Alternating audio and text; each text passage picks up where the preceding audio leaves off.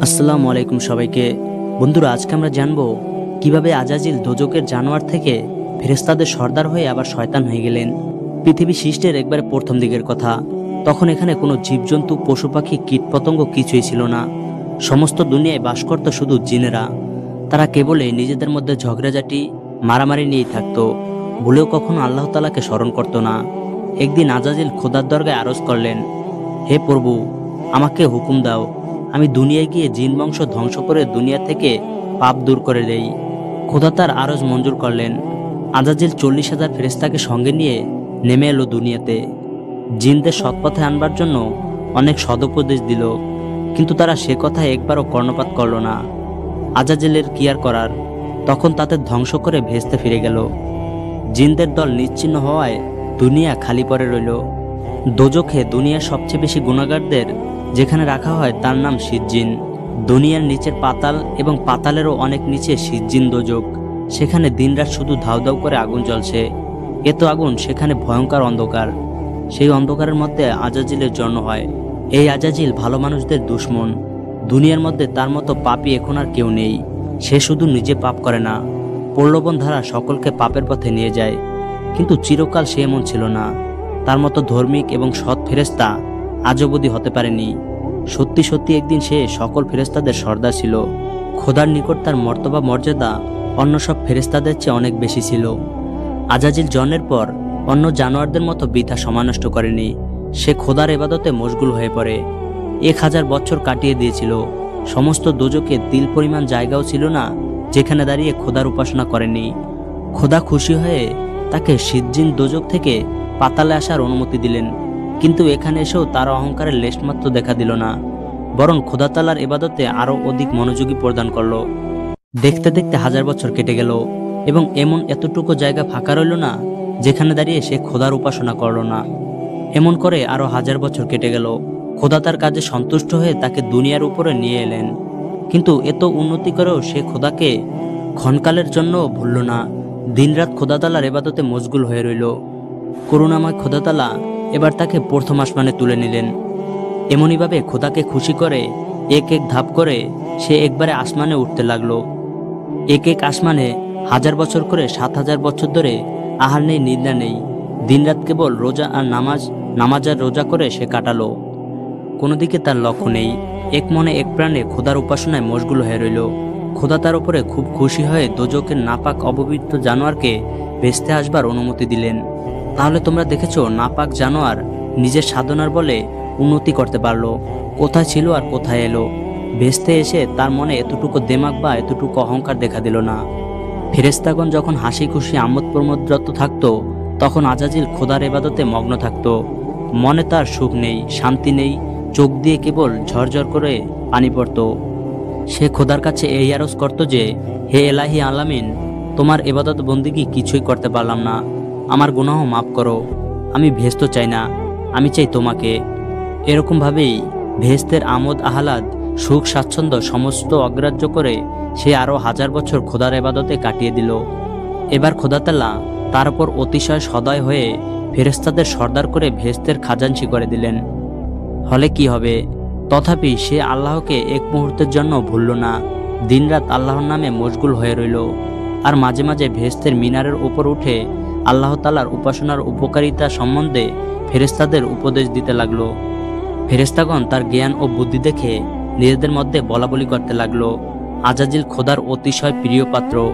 যদি আমরা খোদার কাছে কখনো কোনো প্রকার বেয়াদবি করে ফেলি, তাহলে তার সুপারিশে আমরা বেঁচে যাব। এমনই করে ফেরেশতাদের মধ্যে মর্তবা দিন দিন বেড়ে যেতে লাগলো। কিন্তু যার এত মর্তবা, তার আশা এখনো মিটল না। এখনো খোদার ইবাদত ছাড়া আর কোনো দিক লক্ষ্য নেই। নিরালয় বসে কেবল খোদার জিকির করতে লাগলো। এরকম আরো 1000 বছর কেটে গেল। সজল নয়নে কেবলই সে খোদার কাছে আরজ করতে লাগলো, হে রহমান, তুমি আমাকে দোজখ থেকে ভেস্তে এনেছো, এখন আমাকে মেহেরবানি করে একবার হলেও লওহে মাহফুজে তুলে নাও। খোদা তার আরজ মঞ্জুর করলেন। সেখানে যেও খোদার নাম ছাড়া অন্য কিছুই মনের মধ্যে সে স্থান দিল না। দিনরাত খোদার উপাসনায় একেবারে ডুবে রইল। একদিন সে দেখতে পেল, লওহে মাহফুজের এক জায়গায় লেখা রয়েছে, একজন ফেরেশতা 6 লক্ষ বছর খোদার উপাসনা করিবার পরও যদি একবার খোদার আদেশ অমান্য করে, তাহলে সে চরম দুর্দশা প্রাপ্ত হবে। তখন তার নাম হবে ইবলিস। আজাজিল ভয়ে কাঁপতে লাগলো, তার চোখ দিয়ে পানি ঝরতে লাগলো, কোনো দিকে তার হুঁশ নেই। ধীর স্থিরভাবে পাথরের মূর্তির মতো দাঁড়িয়ে দাঁড়িয়ে খোদার দরগায় আরজ করতে লাগলেন। এমনইভাবে 5 লক্ষ বছর কেটে গেল। একদিন খোদা তাকে জিজ্ঞেস করলেন, আজাজিল, এখানে কেউ যদি আমার একটি মাত্র আদেশ অমান্য করে তবে কি শাস্তি দেওয়া উচিত?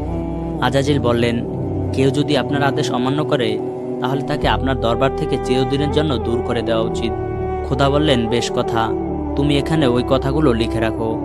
আজাজিল খোদার হুকুম পালন করলো। তোমাদের হয়তো স্মরণে আছে, আল্লাহর নির্দেশে আজাজিল জিন বংশ ধ্বংস করবার পরে দুনিয়া খালি পড়ে থাকে। আল্লাহ তাআলা তিনি জিনদের বদলে মানুষদের দ্বারা দুনিয়া পূর্ণ করবেন। তিনি সে কথা ফেরেশতাদের বললেন। তারা জবাব দিল, হে পরম দয়াময়, একবার তুমি জিন পয়দা করে ঠকেছ। তারা কেবল ঝগড়াঝাটি মারামারি করে দিন কাটিয়েছে। এবার এখন মানুষ সৃষ্টি করে ফ্যাসাদ বাড়িয়ে কী লাভ? আমরা তো তোমার ইবাদতে মশগুল আছি। খোদা হেসে বললেন, দেখ ফেরেশতাগণ, আমি তোমাদের চেয়ে বেশি বুঝি না। এই কথা শুনে তারা খুব লজ্জা পেল। তারা বিনয়ের সঙ্গে বলল, হে রহমানুর রহিম, তোমার খেয়াল বুঝবার ক্ষমতা কারো নেই। খোদা তাআলা হযরত আদমকে সৃষ্টি করবার ব্যবস্থা করলেন।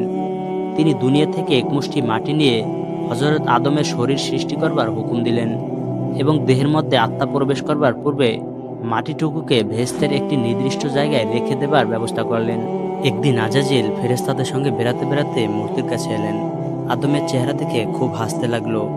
তারপর তাকে নিয়ে এমন বিদ্রূপ শুরু করলো যে ফেরেশতা তাকে বলল, দেখো আজাজিল, খোদা যাকে খলিফা রূপে দুনিয়ায় পাঠাবার জন্য পয়দা করেছেন তাকে নিয়ে তোমার এরূপ বেয়াদবি করা উচিত নয়। ফেরেশতাদের কথায় আজাজিল একটুও লজ্জাবোধ করল না, বরং অবজ্ঞা সুরে বলল, বলো কি, খোদাই মাটির ঢেলাটাকে খলিফা রূপে দুনিয়ায় পাঠাবেন? তিনি যদি একে আমার অধীনে করে দেন তাহলে আমি এখনই একে গলা টিপে মেরে ফেলবো। আর আমাকে যদি এর অধীনে করা হয় আমি কিছুতেই মানব না। আজাজিলের স্পর্ধা দেখে ফেরেশতারা অসন্তুষ্ট হয়ে সেখান থেকে চলে গেল। আজাজিল সেই মাটির মূর্তির সম্মুখে অনেকক্ষণ দাঁড়িয়ে থেকে চিন্তা করলো। তারপর তার নাক দিয়ে তার শরীরের মধ্যে ঢুকতে চেষ্টা করলো, কিন্তু কিছুদূর গিয়ে বড় মুশকিলে পড়ল। তারপর হাঁপাতে হাঁপাতে বের হয়ে এসে মূর্তির গায়ে থুথু দিয়ে সেখান থেকে চলে গেল। খোদার আদেশে এক শুভ মুহূর্তে হযরত আদমের আত্মা তার শরীরে প্রবেশ করলো। তারপর তাকে বিচিত্র পোশাকে সজ্জিত করে একটি সুন্দর সিংহাসনে বসানো হলো। এরপরে নিজের খলিফাকে সৃষ্টি করে খোদা তাআলা ফেরেশতাদের বললেন, আমি হযরত আদমকে তোমাদের চেয়ে বড় করে পয়দা করেছি, তোমরা এসে সেজদা করো। খোদার আদেশ পেয়ে ফেরেশতারা অতিশয় ভক্তিতে ও শ্রদ্ধায় আদম আলাইহিসসালামকে সেজদা করলো। কিন্তু আজাজিল মূর্তির মতো দাঁড়িয়ে রইল, সেজদা তো করলই না, এমনকি মাথা পর্যন্ত নোয়ালো না। ফেরেশতারা আজাজিলের এই স্পর্ধা দেখে তাজ্জব হয়ে গেল। খোদা আজাজিলকে বললেন, আজাজিল, আমার হুকুমে ফেরেশতাগণ আদমকে সেজদা করলো, কিন্তু তুমি তাকে সেজদা করলে না কেন? আজাজিল জবাব দিল, হে খোদা, আদমকে দুনিয়ার নাপাক মাটি থেকে পয়দা করেছো, কিন্তু তুমি আমাকে আগুন থেকে সৃষ্টি করেছো, আমি তাকে সেজদা করিতে পারি না।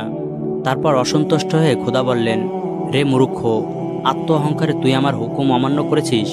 জানিস তাকে মাটি থেকে পয়দা করবার ব্যবস্থা আমিই করেছি।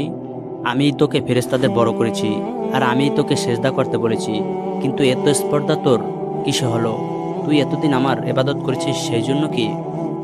কিন্তু তুই না লাওহে মাহফুজে লিখে রেখেছিস, লক্ষ বৎসর আমার ইবাদতে মশগুল হয়ে থাকলেও আমার একটিমাত্র আদেশ অমান্য করলে সমস্ত ইবাদত পণ্ড হয়ে যাবে। তুই আজ থেকে মরদুদ হয়ে গেলি, তুই আমার দরবার থেকে দূরে চলে যা। খোদা এই কথা বলার সঙ্গে সঙ্গে আজাজিলের চেহারা বিশ্রী রূপে পরিবর্তিত হয়ে গেল। তার পায়ের রং হলো কালো, মুখ হলো শূকরের মতো, চোখ দুটি কপাল থেকে বুকের ওপর নেমে এলো।